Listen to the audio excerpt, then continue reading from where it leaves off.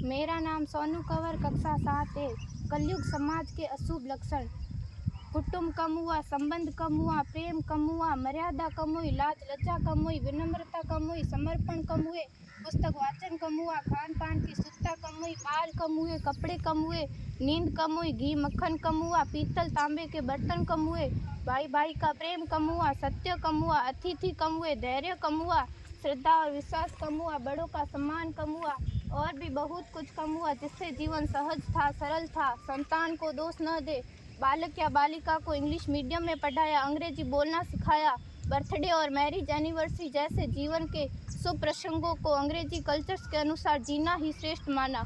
माता पिता को मम्मी डैड कहना सिखाया। जब अंग्रेजी कल्चर से परिपूर्ण बालक या बालिका बड़ा होकर आपको समय नहीं देता, आपकी भावनाओं को नहीं समझता, आपको तुच्छ मानकर आपसे जुबान लड़ाता, जब आपको बच्चे में कोई संस्कार नजर नहीं आता, तब घर के वातावरण को गमगीन किए बिना, संतान को दोष दिए बिना एकांत में जाकर रो लीजिएगा, क्योंकि पुत्र या पुत्री की पहली वर्षगांठ से ही भारतीय संस्कारों के बजाय, मंदिर जाने के बजाय केक कैसे काटा जाता है, यह सिखाने वाले आप और अम्मी है। जब बच्चा पहली बार घर से बाहर निकलता है तो प्रणाम और आशीर्वाद के बदले बाय बाय कहना सिखाने वाले आप और अम्मी है।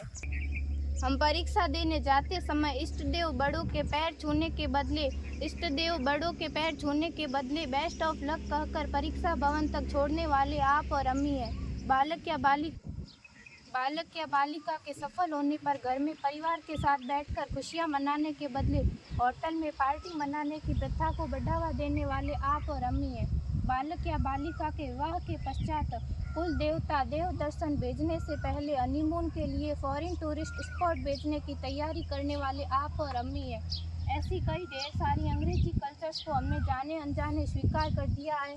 अब तो बड़े बुजुर्गों के पैर छूने में भी शर्म आती है। गलती किसकी? मात्र आपके माता और पिता की।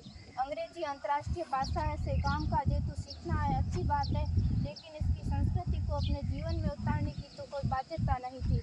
अपनी समृद्ध संस्कृति को त्याग कर नैतिक मूल्यों, मानवीय संवेदनाओं से रहित अन्य सभ्यताओं की जीवन शैली अपनाकर हमने क्या पाया?